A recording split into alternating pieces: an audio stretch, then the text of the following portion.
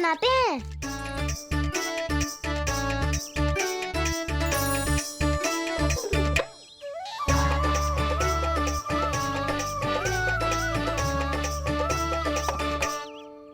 मुझे तो किसी ने ना चुनो, मैं क्या करूं? अरे सुबल, तुझे तो सबसे महत्वपूर्ण भूमिका निभानी है। जो भी उस चट्टान को छूकर तेरे पास सबसे पहले पहुंचेगा, वो जीत जाएगा।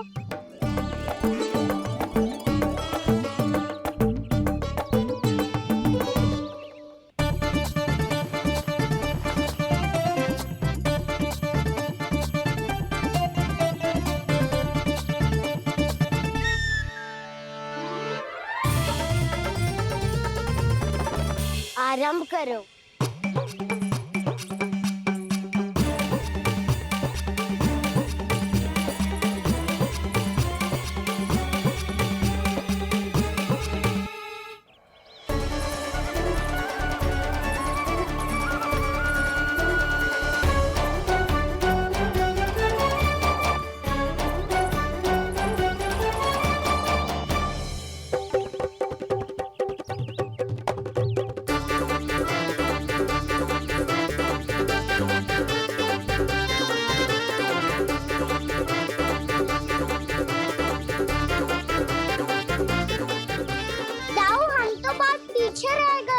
चिंता मत करो कान्हा, दौड़ के आरंभ में ही सारी शक्ति लगाने से हारने की आशंका बढ़ जाती है। देखो, वो दोनों थक रहे हैं, यही समय है अपनी गति बढ़ाने का।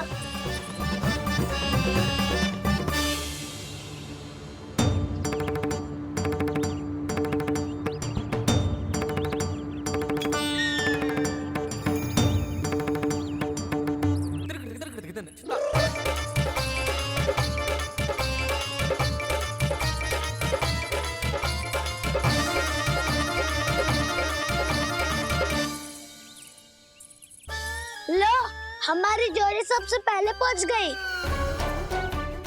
देखा मेरा बल, दाऊद का बल।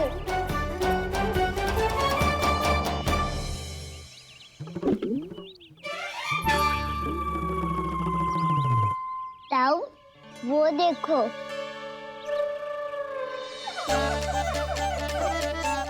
मैया,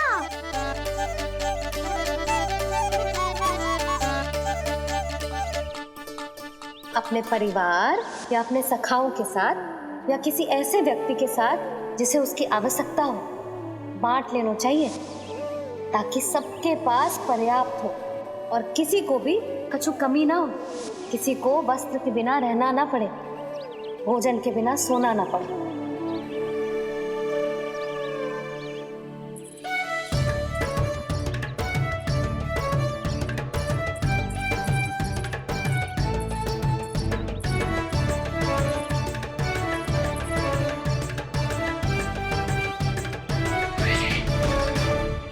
लग तो है इससे भूख लगी है।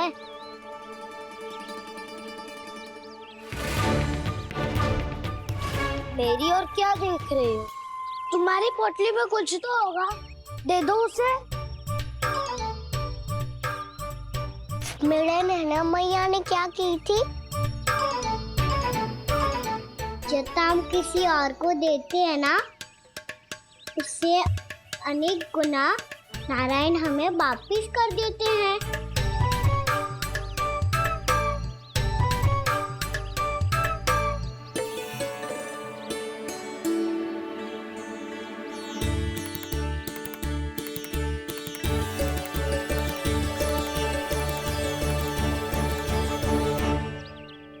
ओहो, अंतिम रोटी थी, पर वो तो मैं खा गो। अब तो बस मेरे हाथ में माखन लगा रह गो है।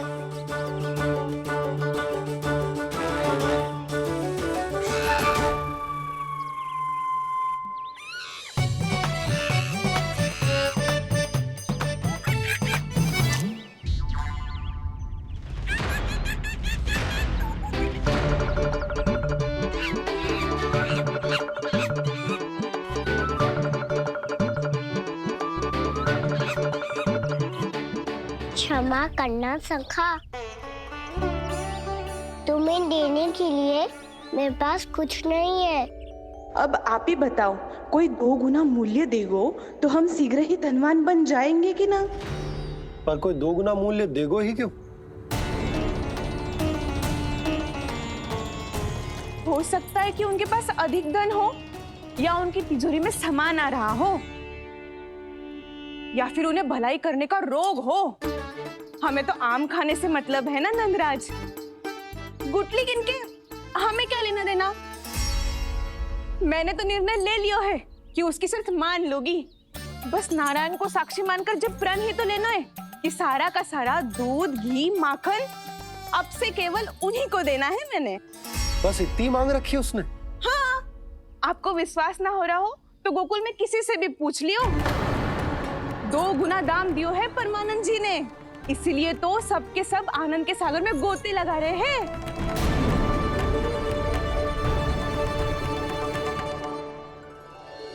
हे नारायण, सुनी है गांव वालों को 2 गुना लाभ हुआ है आज। पर मैं तो माखन बेच ही ना पाई, क्योंकि हाट जाने के लिए कोई साधन ही ना मिलो मुझे। ये नया माखन अभी अभी बनायो है मैंने। प्रतिदिन जो माखन निकालती हूँ सबसे पहले आपको चढ़ाती हूँ, ये सोचकर कि कभी तो आपकी कृपा होगी। पर जाने आपका आशीर्वाद कब मिलेगा मुझे, पर जाने कब आपका आशीर्वाद मिलेगा मुझे। यदि इस बार भी मेरा माखन बेकार हो गयो ना, तो सच्ची कह रही हूँ, कल से भोग में आपको कुछ भी ना चढ़ाऊंगी मैं। कल से भोग में आपको कुछ भी ना चढ़ाऊंगी मैं। कान्हा, मुस्कुरा क्यों रहे हो? वानर महाराज की भूख कैसे मिटानी है पता है मुझे। कैसे? माखन से। और माखन कहाँ मिलेगा? सावित्री मौसी के घर से। तो क्या तुम फिर से माखन चुराने की सोच रहे हो? डाउन मेरी बात प्रश्न ही नहीं उठता, इसकी अनुमति नहीं दूंगा मैं। गोकुल वासियों को ऐसा वचन देने की अनुमति ना दे सकता मैं। बिना सोचे समझे कैसे वो किसी अपरिचित व्यापारी के शब्दों पर विश्वास कर सकते हैं?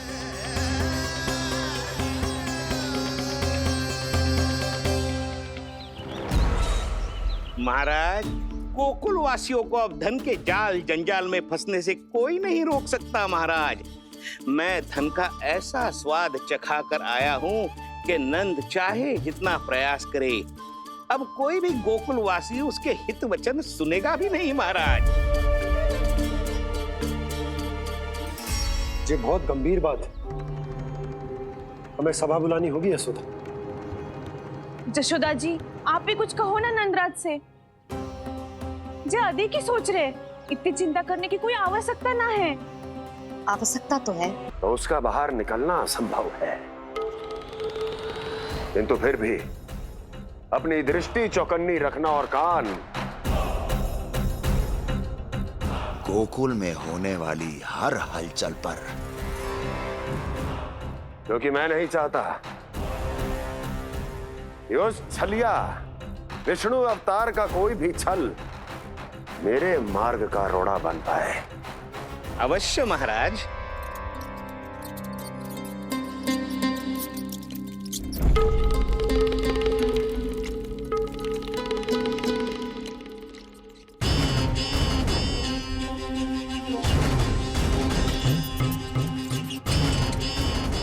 लोभ। ध्यान रहे परमानंद, गोकुल वासियों पर लोभ का प्रभाव हर बीतते क्षण के साथ बढ़ता चला जाना चाहिए। महाराज, जैसे किसी कबूतर को बिल्ली दबोच लेती है, वैसे ही मेरा फैलाया हुआ लोभ गोकुल वासियों को अपने पंजों में दबोच लेगा। सब झटक लूंगा।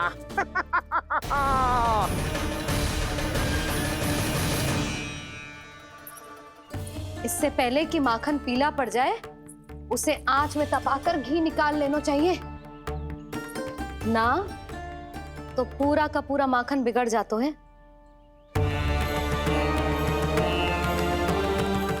मैं अभी भोला से कहकर सारे ग्वाल ग्वालियरों की सभा बुलाता हूँ।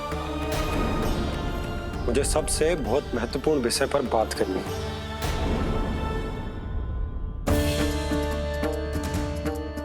मति भ्रष्ट हो गई थी मेरी, जो यहाँ चली आई। अब कहीं ऐसा ना हो कि मेरा धनवान बनने का स्वप्न धरा का धरा रह जाए। सुलक्षणा, चिंता मत ही करो। अरे हम सबसे पहले तो वे अन्न के बारे में सोचते हैं। वे गोकुल वासियों को लोभ के फेर में कछु अनुचित ना करने देंगे। कहा ना मैंने, तुम्हें कुछ भी अनुचित करने नहीं दूंगा। दाऊ हूँ तुम्हारा। हाँ तो अनुचित बात करने देना दाऊ। पर मैं तो भलाई करना चाहता हूँ। भलाई? किसी की अनुमति या सहमति के बिना उसके यहाँ चोरी चुप के माखन खा लेना भलाई नहीं, चोरी कहलाती है। सखाओ, तुम ही बताओ, किसी भूखे प्राणी के लिए भोजन की व्यवस्था करना क्या तो है? भलाई। पड़े पड़े माखन सड़ने के स्थान पर किसी का पेट भरे, वो क्या तो है? भलाई। किसी के मन की इच्छा पूरी करना क्या हो तो है? भलाई। ठहरो ठहरो, चोरी करके किसकी मन की इच्छा पूरी करोगे तुम?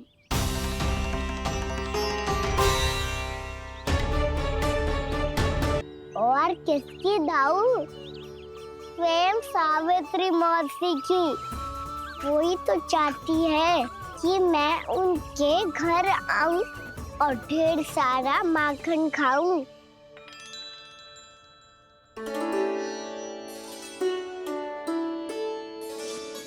तो फिर अगला घर आपका। क्षण भर तो ऐसा लगो जैसे कान्हा ने मेरे मन की इच्छा सुन ली हो। वैसे कितना अच्छा हो तो यदि सुन ही ले तो।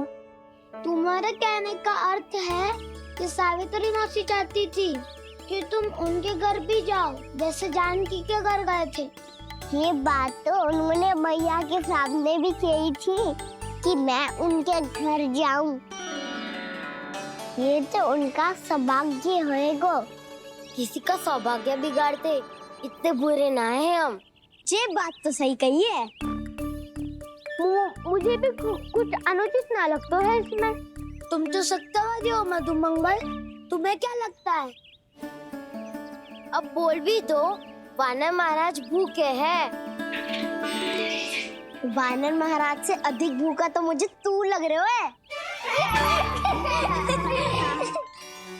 यदि कान्हा सच्ची में जैसा वानर महाराज की भूख मिटाने के लिए और सावित्री मौसी की इच्छा पूरी करने के लिए कर रहा है, तो दादी के सीख के अनुसार मुझे इसमें कछु अनुचित ना लगता। पक्का हम सच में चोरी नहीं भलाई करने जा रहे हैं। सही कहा दाऊ। यदि भूखे असहाय वानर महाराज का पेट भरोगे तो इसका असली पुण्य तो सावित्री मौसी को ही मिलेगा। इसका अर्थ तो ये हुआ कि कान्हा सावित्री मौसी के घर माखन चुराने नहीं जाएगा, बल्कि उसे दुगना कर देगा। बात तो सही है, तो फिर मैं तुम्हें नहीं रोकूंगा।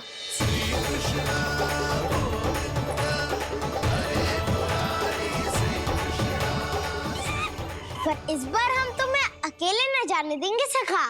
हाँ, हमें भी पुण्य अर्जित करना है और माखन भी।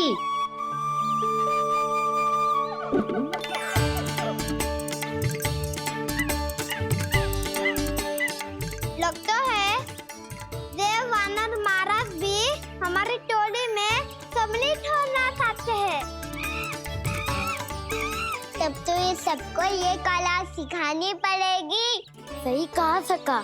अच्छे काम का प्रचार प्रसार तो होना ही चाहिए ना। तो ठीक है, सिखा दूंगा और हमारी टोली कहलाएगी शौर्य विद्या प्रसारण टोली। और कान्हा तू बन जाइयो इसका अध्यक्ष और दाऊ बनेंगे उपाध्यक्ष। मुझे स्वीकार है। शौर्य विद्या प्रसारण टोली की जय। शौर्य विद्या प्रसारण टोली की जय। और सुनो क्या करना है और कैसे।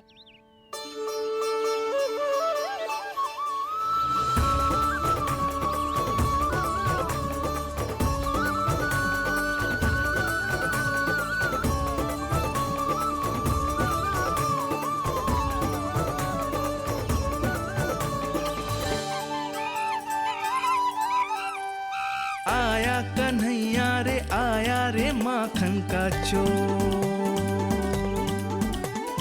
रोके रुके ना ये सरपट लगाता है दौड़। तुम सब वहाँ छुप जाओ, मैं भीतर देखता हूँ। न ध्वनि कोई हो न पता कुछ लगे, आए चुपके से ग्वालों की टोली। चाहे कितना बचाओ छिपाओ कहीं, सारा मक्खन ये कर जाए खाली। मुख से तो लगता है सरल ये बड़ा भीतर से चंचल ये छल से भरा है ये नटखट बड़ा चिपचोर।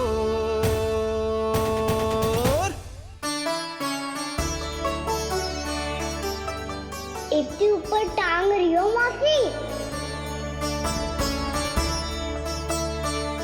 कान्हा सच में आ गए हो तो मैं तो धन्य हो जाऊंगी।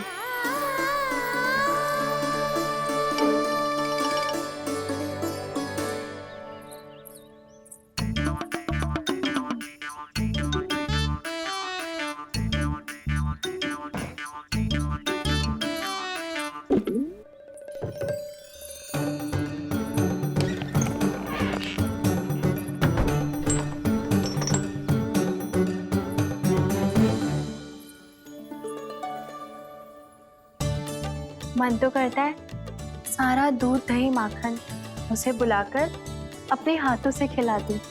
मुझे बुलाना भी चाहती हो और अनजाने में मेरे लिए कठिनाई भी बढ़ा रही हो।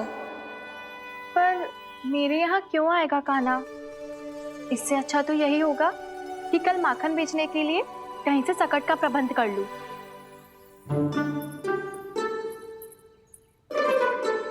छुप जाओ छुप जाओ।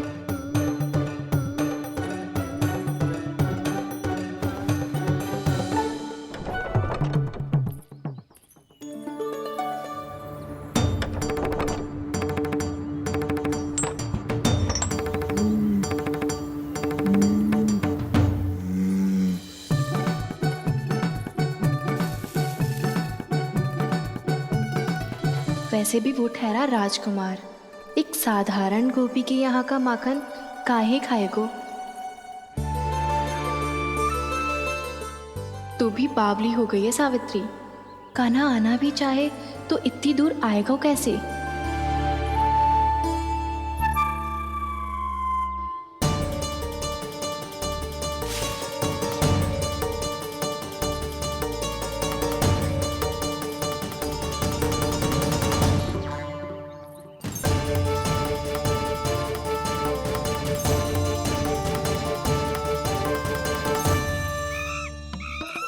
ओ मैया,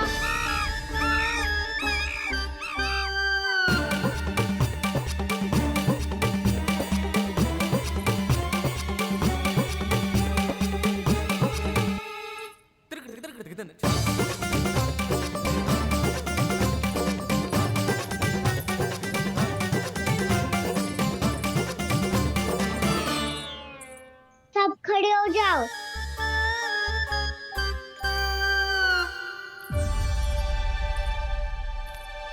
सच्ची मैं भी कितनी बावली हो गई हूँ ना।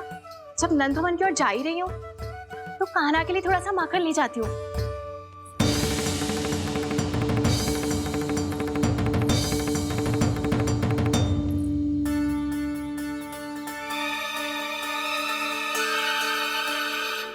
कान्हा, यहाँ ये मेरा स्वप्न है या फिर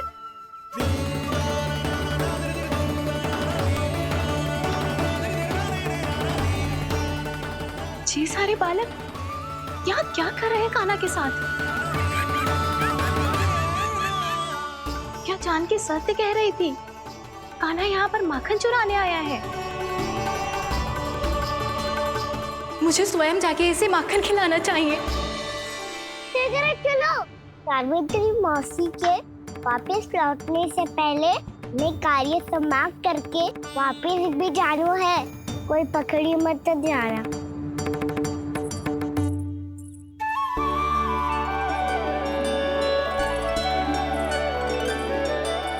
ये मुझे देख के भागो तो ना, ये जो कर रहा है, जैसे कर रहा है, मुझे करने देना चाहिए।